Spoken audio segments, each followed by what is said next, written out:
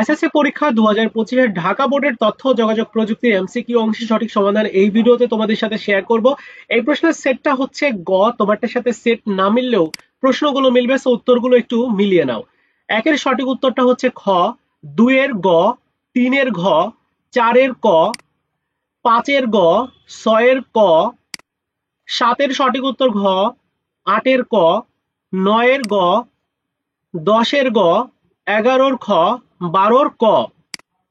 14 number যেটির sorry 13 নাম্বারের সঠিক উত্তর হচ্ছে ঘ, 14-র গ, 15-র ঘ, 16-র খ, 17-র ঘ, 18-র খ, 19-এর খ।